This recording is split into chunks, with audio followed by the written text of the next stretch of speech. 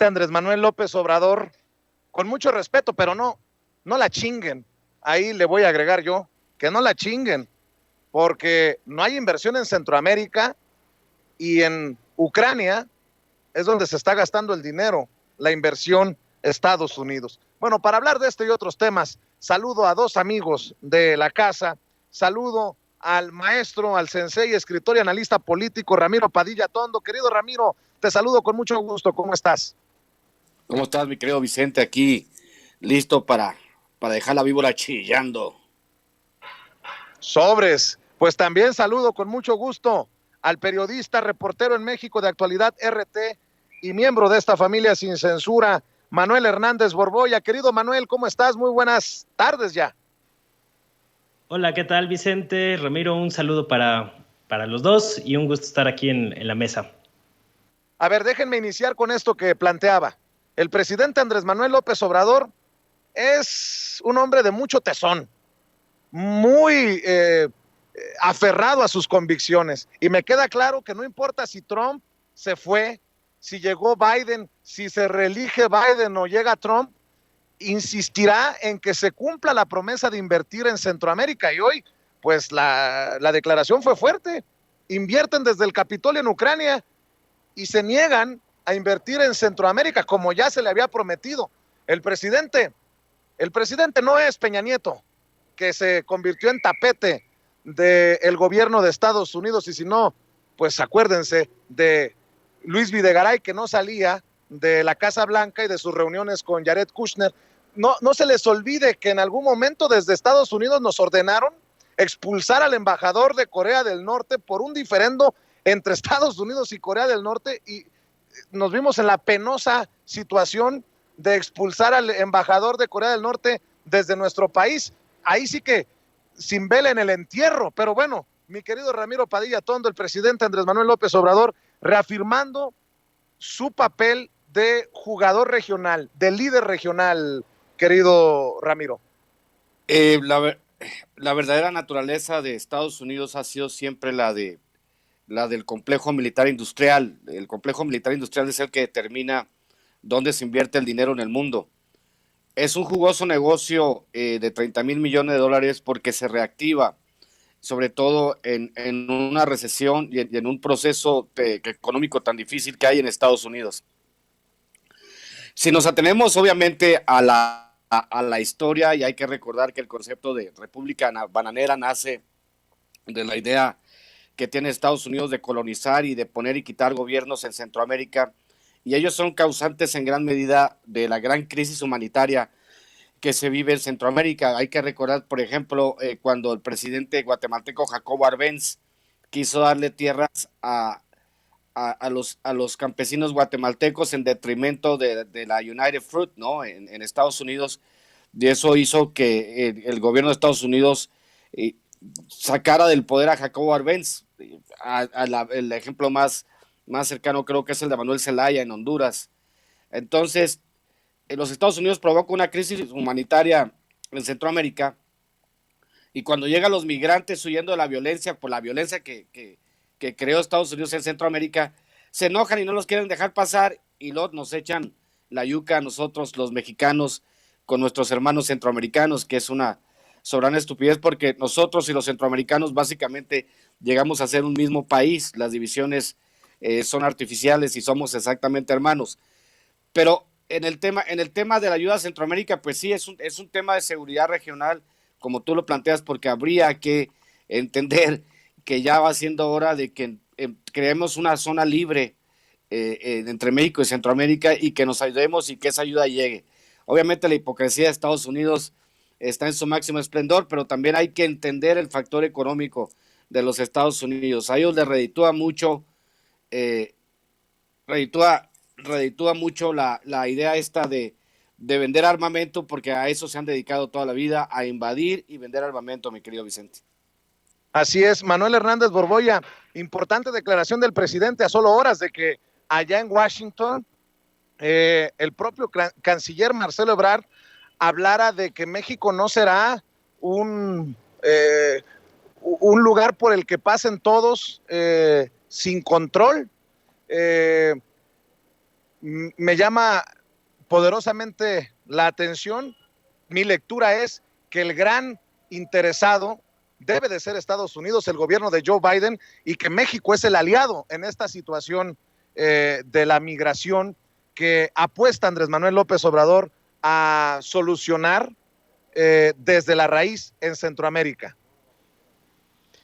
Sí, pues yo creo que hay varias aristas a nivel geopolítico para explicar esta declaración de Andrés Manuel López Obrador. Obviamente no es la primera vez que hace este señalamiento de que pues no han cumplido en Estados Unidos con los compromisos que habían adquirido y firmado, cabe resaltar, para apoyar económicamente a Centroamérica, pero también se da en un momento en el que Estados Unidos decidió excluir a Venezuela, Cuba y Nicaragua de la Cumbre de las Américas, que se va a realizar en Estados Unidos próximamente, y también se da justo unos días antes de que López Obrador inicie su gira por Centroamérica, precisamente. Entonces creo que estos tres sucesos de alguna manera tienen que ver con el pronunciamiento que ha realizado López Obrador, este señalamiento de Estados Unidos, que está completamente metido en su tema del conflicto en Ucrania. Siguen alentando y tratando de alargar lo más que puedan la guerra y el conflicto bélico en Ucrania,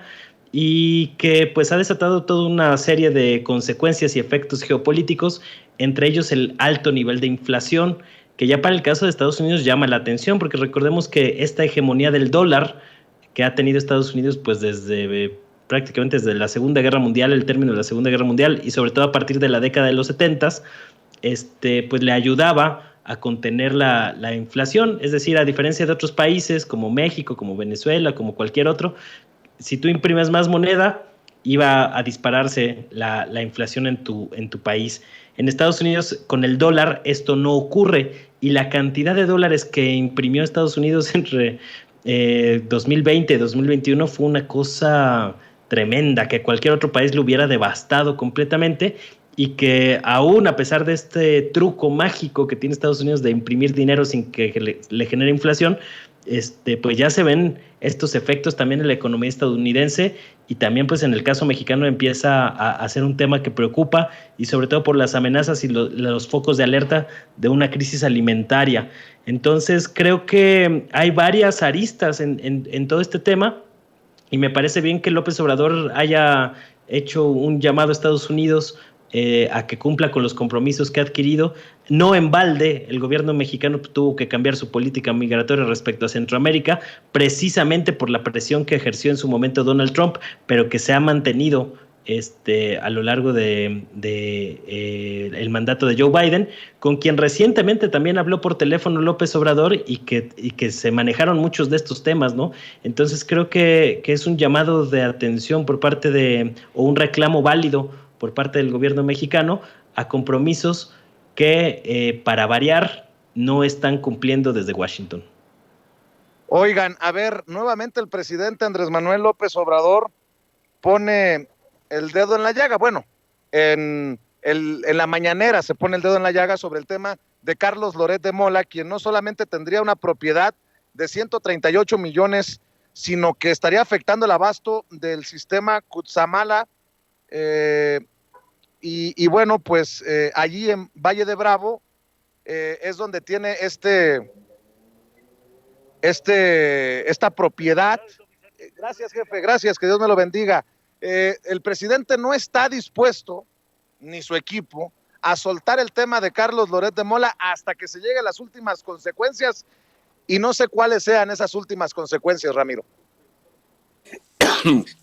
Es un tema que obviamente pues ha utilizado de bandera la oposición.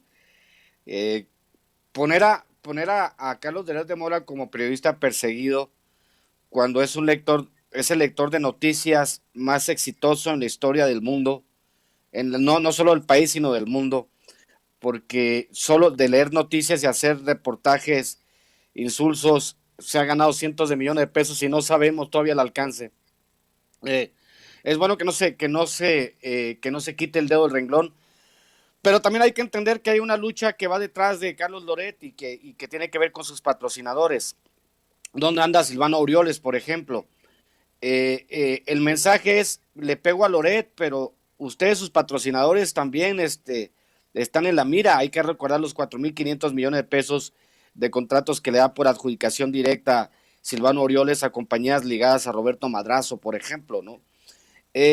Loret va a pasar a la historia como un payaso trágico, un cuate que intentó hacer una fortuna a la crítica de López Obrador, quizá sea el que más haya ganado dinero de la crítica a López Obrador, como muchísimos de los periodistas que a sueldo que han hecho un modus vivendi de criticar al presidente, y hace bien el presidente no soltarlo, porque una cosa es el periodismo, como decíamos ayer, mi querido Vicente, el periodismo de a pie, las personas que arriesgan la vida, y otra cosa son estos periodistas hipermillonarios que intentan abusar del dinero del pueblo, porque en este caso, si te das cuenta de los contratos de Latinus con el gobierno estatal, es dinero extraído de nuestros impuestos para pagarle a él. Básicamente le estamos pagando a Loret para que nos mienta con dinero de nuestros impuestos, mi querido Vicente.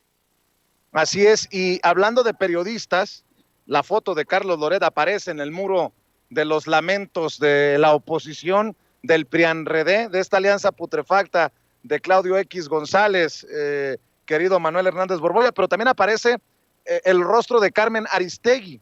Ayer Carmen Aristegui daba una explicación que no resultó ser explicación, porque ya no supe si Carmen Aristegui repudiaba el hecho de que utilizaran su fotografía en un evento politiquero o estaba de acuerdo con lo que se decía en este evento politiquero del PRI, PAN y PRD, encabezando pues esta conferencia de prensa Lito Moreno, Marco Cortés y Jesús Zambrano. Si me permiten, déjenme rescatar las declaraciones de Carmen Aristegui ayer, que aclara que no le pidieron permiso, que no le avisaron que iban a usar su fotografía, pero no pide que la retiren, no se desmarca de lo que dicen los dirigentes del PRIAN-RD. Escuchemos. Por cierto, como comentario adicional, como comentario ad later del tema, vimos este muro con fotografías que acompañó a los dirigentes de los partidos políticos en su conferencia de prensa, y bueno, pues pusieron ahí decenas de fotografías de personas, me incluye, este muro incluye mi fotografía y la de otros periodistas y otras personas, están ahí legisladores, gente que de alguna u otra manera hemos sido pues blanco de críticas o de señalamientos o de acusaciones. Aquí ponen persecución política, es la expresión que usan, pero bueno, ponen ahí un muro de fotografías que usted está observando, si sigue la señal en aristeguinoticias.com, si nos está escuchando en la radio le cuento, bueno, están los dirigentes políticos con este muro de fotografías en donde están planteando en contra de la persecución política. Veo mi fotografía ahí, veo la fotografía de otras personas también dedicadas a periodismo y otras personas dedicadas a actividades sociales y políticas que la oposición pues está identificando como perseguidos, persecución política. Bueno, en lo que a mí corresponde, no fui notificada que estaría mi fotografía en ese muro. Lo comento para el público, para que tenga el dato de mi parte, que no hubo una consulta de las personas dirigentes de estos partidos políticos para poner mi fotografía ahí, simplemente lo comento para que usted lo registre, y entiendo que se trata de una campaña pues en donde ellos están identificando a gente con presencia pública, ya sea por los medios de comunicación, ya sea por sus actividades de diferente tipo públicas, y las colocan o nos han colocado en este muro que identifican en bloque como los que hemos sido motivo, dice ahí, de persecución política, asociada esta figura de persecución política con el gobierno actual. Entonces, bueno, pues hecho el comentario, está la campaña, está la forma en que la oposición está planteando un tema de esta naturaleza a través de estas imágenes, y acompañó este muro con estos rostros y fotografías su presentación respecto a esta iniciativa de reforma constitucional en materia político-electoral, donde plantean segunda vuelta, elecciones primarias y regulaciones a la conferencia matutina de la Presidencia de la República. Así que bueno, todo esto junto forma parte de lo que han presentado los opositores a través de la alianza Va por México el día de ayer en estos temas. Así que bueno, damos cuenta de ello y seguiremos analizando y informándole. Bueno, a ver, Manuel Hernández Borbolla, yo ya no entiendo si me dicen que Carmen Aristegui no va en el mismo saco que Carlos Loret de Mola, y entendiendo lo que está haciendo el presidente con el caso de Carlos Loret de Mola de ir hasta las últimas consecuencias, ¿por qué Carmen Aristegui parece batallar para desmarcarse, para ella misma decir yo no soy Loret o yo no estoy en el mismo saco de Loret, pero al final termina en el mismo saco de Loret porque está en este muro de los lamentos, como le hemos llamado muchos en las redes sociales, y porque dice mucho y no dice nada desde mi perspectiva, Carmen Aristegui. Sí, yo no había escuchado las declaraciones de Aristegui hasta ahorita que las estoy escuchando en este momento junto con la audiencia, y me parece que Aristegui se limita a consignar el hecho de que ella apareció en lo que yo he llamado el cartel del cártel neoliberal, que aglutina pues al PRI, PAN, PRD y a sus aliados, y que curiosamente entre estos aliados del bloque opositor, pues la derecha mexicana ha reivindicado la figura de Carmen Aristegui. Me parece pues que sí faltó por ahí un comentario o una postura de Carmen Aristegui que estuvo aludida directamente en este asunto. Es decir, queda ahí como sobre la mesa de si realmente Aristegui se asume como una perseguida política o no, si está de acuerdo o no con que se haya usado su imagen para este asunto. Eso no lo aclara. Normalmente dicen que el que calla otorga. Entonces, a diferencia de la manera en que le ha respondido a López Obrador cuando ha sido señalada directamente en las conferencias matutinas, ahora no vimos ninguna postura sobre este tema y sí llama la atención. O sea, desde luego creo que sí le faltó a Carmen Aristegui fijar postura sobre su opinión sobre este tema y que no la estamos viendo. Entonces, de alguna manera, a mí me llaman estos dos temas, ¿no? Cómo no se desmarca por completo de este asunto, como tampoco se han desmarcado Lorenzo Córdoba o Ciro Murayama, a pesar de que son consejeros electorales, y que pareciera que hay un intento de la derecha mexicana por decir, estos somos nosotros, los del bloque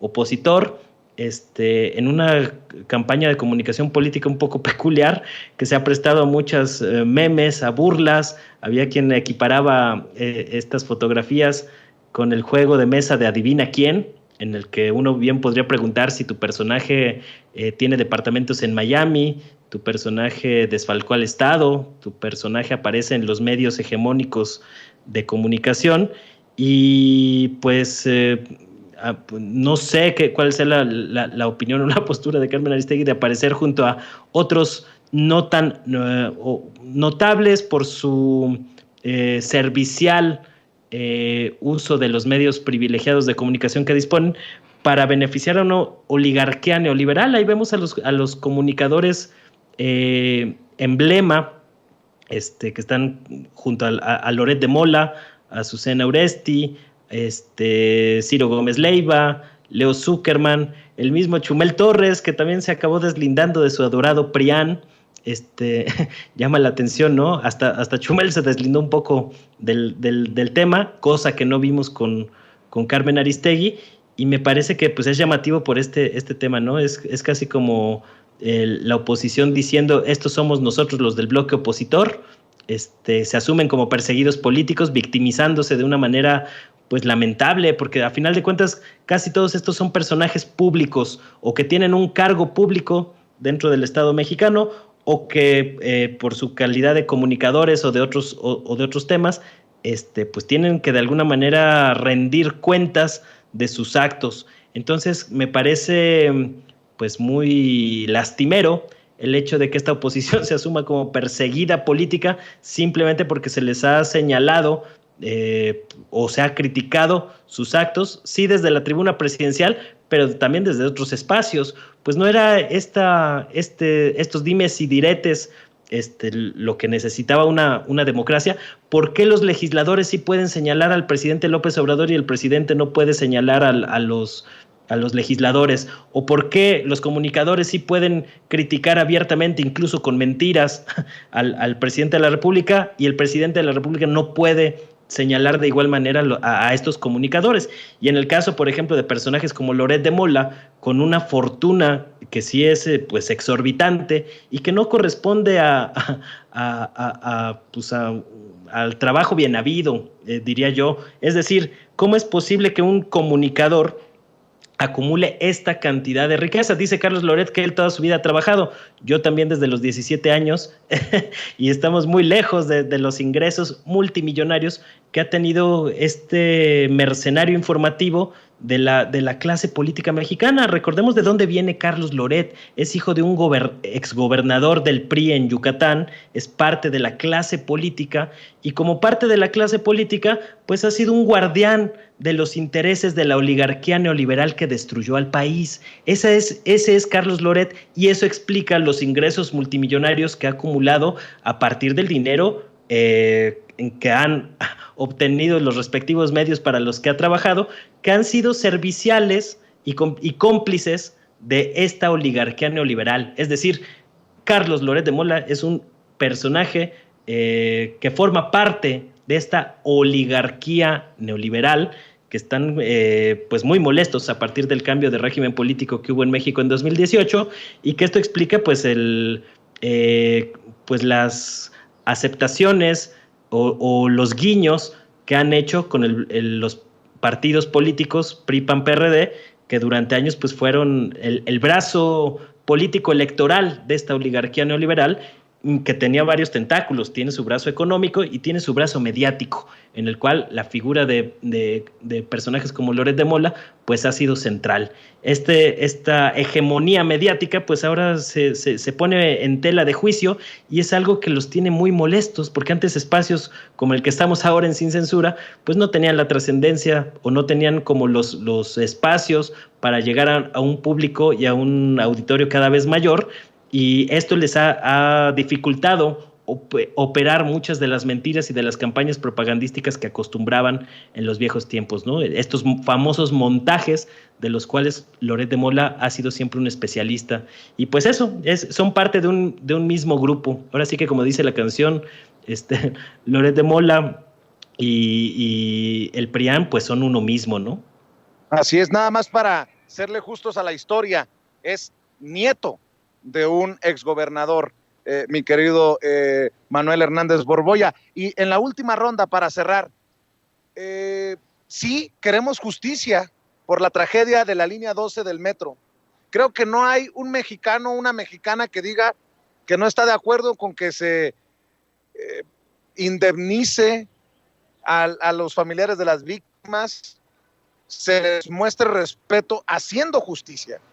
Pero ¿con qué autoridad moral los del PRIAN-RD, que se dicen perseguidos políticos, que son los traidores a la patria, que votaron en contra de la reforma eléctrica, señalan a Marcelo Ebrard y Claudia Sheinbaum en un ataque grosero, vomitivo, de intenciones político-electorales rumbo al 2024? Y no estoy defendiendo a Claudia Sheinbaum ni a Marcelo Ebrard, que el que tenga que pagar, que pague, pero me lacera, me encabrona que desde la oposición no mencionen a los personajes que ya están en situaciones, en procesos legales, que no se hable de la reparación de los daños a los familiares de las víctimas. En otras palabras, es jugar, lo mencionábamos anoche, Ramiro, a la necropolítica, la política de la muerte.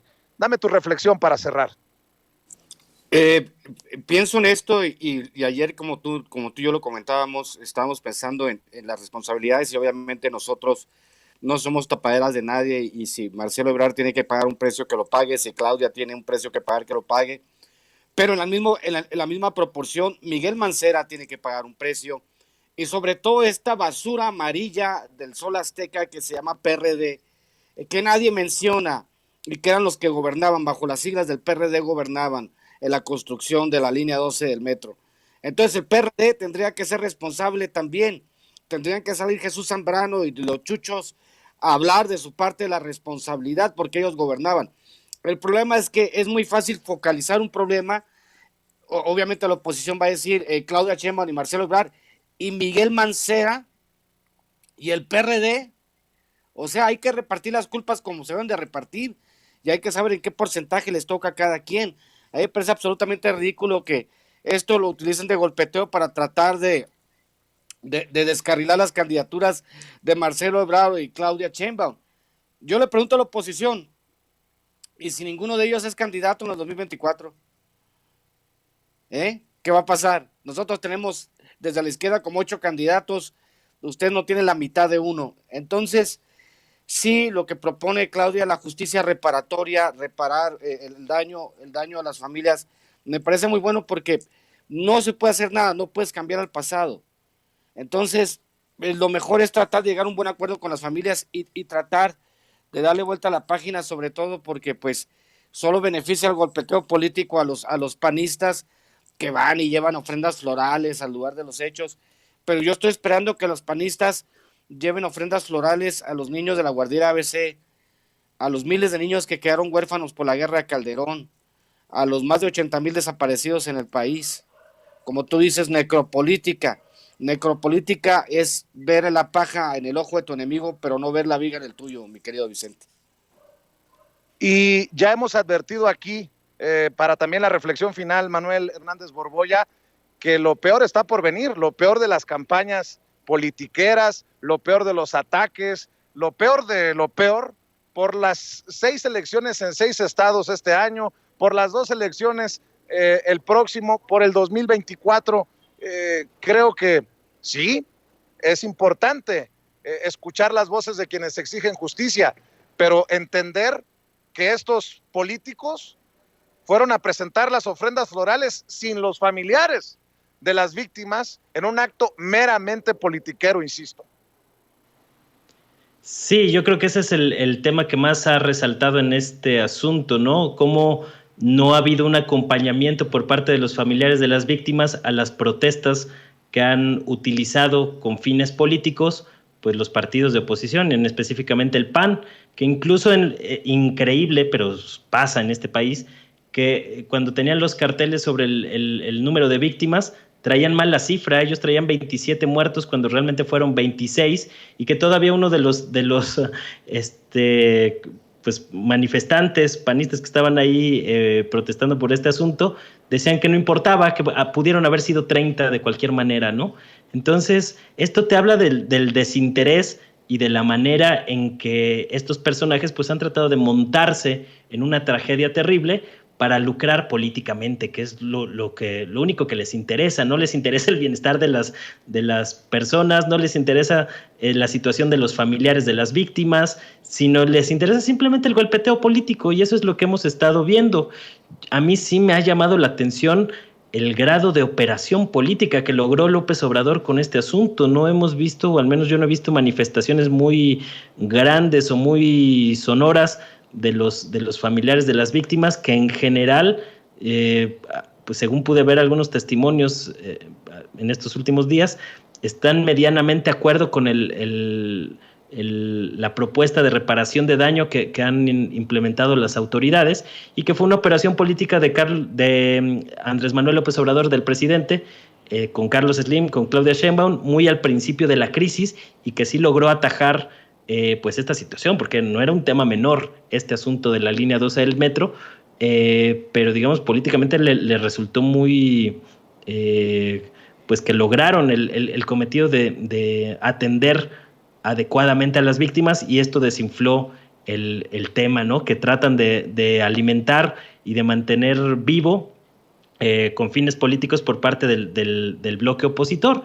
Pero pues nomás no le encuentran cómo mantener vivo este tema en la palestra mediática, ¿no? Y sobre todo cuando hay muchas inconsistencias. Se habla mucho del papel de Ebrard, por ejemplo, en este tema, que fue a final de cuentas el gobernante que construyó la obra. Se habla de la protección que podría estar recibiendo las empresas de Carlos Slim, se habla del papel de Claudia Sheinbaum en la investigación, pero en el bloque opositor se callan totalmente pues, el papel que ha jugado Miguel Ángel Mancera, que muy cómodamente está nadando de muertito en su curul ahí en el Senado, por parte del PRD, de la misma manera que nadó de muertito 6 años en su gestión como jefe de gobierno en la Ciudad de México.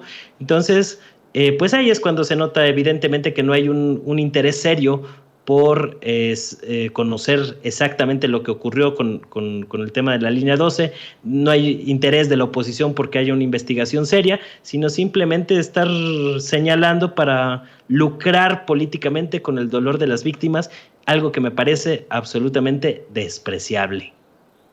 Asqueroso. Mi querido Manuel Hernández Borboya, ¿por qué no cerramos invitando a la gente para que te siga en tus esfuerzos, en tus trincheras independientes, tanto en YouTube como en otras redes sociales como Twitter? Sí, muchas gracias. Pues ahí estamos en YouTube, en el canal Manuel Hernández Borboya, así con mi nombre tal cual. Hoy vamos a analizar algo sobre la inflación y la crisis alimentaria más en la nochecita para que estén atentos a las 10 de la noche. Se suscriban, me ayudaría mucho que a la gente que les gusta el contenido que estoy haciendo se suscribieran al canal. Sobre todo ahora en estos tiempos tan inestables.